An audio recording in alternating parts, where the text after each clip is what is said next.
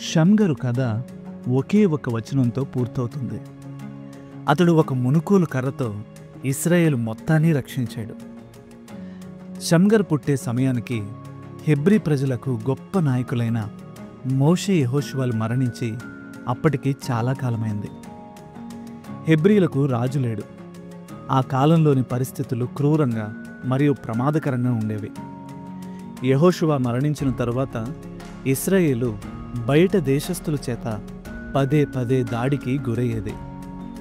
బందిపోట్లు, ఉగ్రవాదుల్లాంటి ఫిలిస్తీన్ల భయంతో ప్రజలు ప్రధాన రహదారుల్లో కూడా ప్రయాణించేవారు కాదు. ఆ కాలంలో వారికి ప్రధాన శత్రువులు ఫిలిస్తీన్లే. వారికంటూ ఒక ప్రభుత్వం గాని సైన్యం గాని ఏమీ లేవు. ఇశ్రాయేలుకు నాయకుడు లేడు, భద్రత లేదు.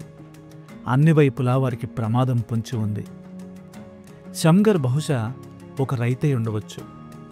అందుకే అతడి చేతిలో ఒక మునుకోలు కర్రను మనం చూస్తాం. అది ఒక పొడవైన కర్ర. దాని చివర ఒక పదునైన ఇనుప మొనను కలిగి ఉంటుంది. నేడు గాజాగా పిలువబడుతున్న అప్పటి పాలస్తీనాలోని దక్షిణ తీర ప్రాంతాన్ని క్రూరులు మరియు హింసాత్మకమైన ప్రజలుగా పేరొందిన ఫిలిస్తీన్లు ఆక్రమించారు. కాబట్టి ఆ ఫిలిస్తీన్లలో 600 మందిని షమ్గరు చంపాడు. అది అతనికి ఎలా సాధ్యమైంది? బహుశా ఒక్కొక్కరిని, లేకపోతే ఇద్దరిని, లేదా కొద్దిమంది చొప్పున చంపి ఉంటాడు. అది ఎలా జరిగినా అతడు ఇశ్రాయేలును రక్షించాడు.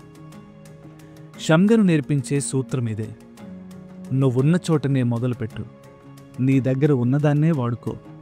నీకు చేతనైన దాన్ని చెయ్యి.